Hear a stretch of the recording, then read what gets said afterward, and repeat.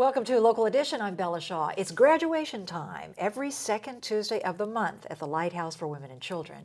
Christina Marroquin joins us. So good to see you again. You too, Bella. Thanks for having us, as always. Who are the graduates this time around? This time we have 3 women and 1 child. So we're looking forward to celebrating with them and their success of the 9-month recovery program.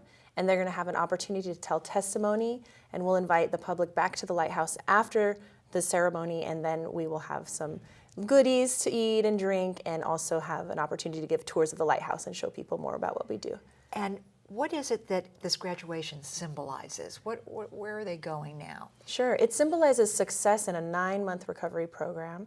So what has ultimately happened is somewhere along the line they had a need, and they reached out to the Lighthouse to assist in their needs. So someone had just basically an issue with her family, and the issue was very difficult to deal with, and she began to become homeless, and she was working with her pastor locally to try to remain housed in a hotel or a motel every night for a while, and then she came to the Lighthouse. She was able to enter into our program with her daughter, and they've made a lot of tremendous progress. Each stage of the program has different, I'll just say goals for each woman. Okay. So in the first stage through 4th stages, that's what you're doing before you graduate. And then there's a 5th stage where they decide if they want to intern with the Lighthouse or if they'd like to go into a transitional living environment and try to establish their steps again in the world. So a few of these women have decided to be interns with us. They'd like to stay and give back to the Lighthouse and serve in the ministry. And then another one wants to do the transitional living program, which means she's going to go and find a job, get a place to live, save her money, try to get a car, and those kinds of things. Let's put a face on it, Christina, Sure. because these women are women like you and me. I mean, they're due to circumstances beyond their control. It could be a divorce, it could be a fire in the home. Yeah. Suddenly they find themselves without a place to stay. Sometimes they're evicted, just maybe they're living too close to the poverty line. Others have, maybe there's a domestic violence situation, which is, it's very heartbreaking, but they do come to us for refuge, and we have a safe shelter as well. So their identity is safe, and we keep them safe when they're coming in that situation.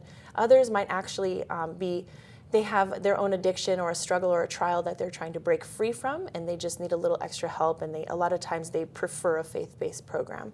Most of the clients that we interview really value the fact that we're a faith-based organization. We believe in Jesus Christ as Savior.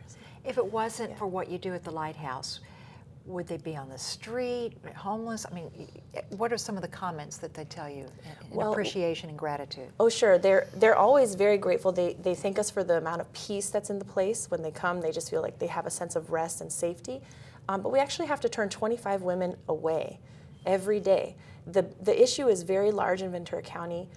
There are others. We're basically the only shelter of our kind in this whole county. There are other organizations that offer transitional shelter, and we do work very closely with the other programs like ours.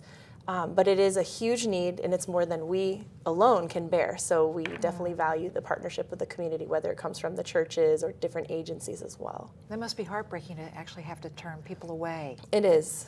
It's so very difficult. You need what from our viewers so that you don't have to turn people away? Well, we would need support financially, maybe even within the civil government to say, hey, maybe we need some land or some grants and things like that to come and help the ministry. We can provide more services if more people get involved and support us financially. So it must give you a good feeling, the people that, that graduate, but yet they want to stay, they want to serve. They do. It's what I think is neat to watch the transformation. Yeah. So they come needing and they leave giving. It's beautiful. Very interesting and beautiful.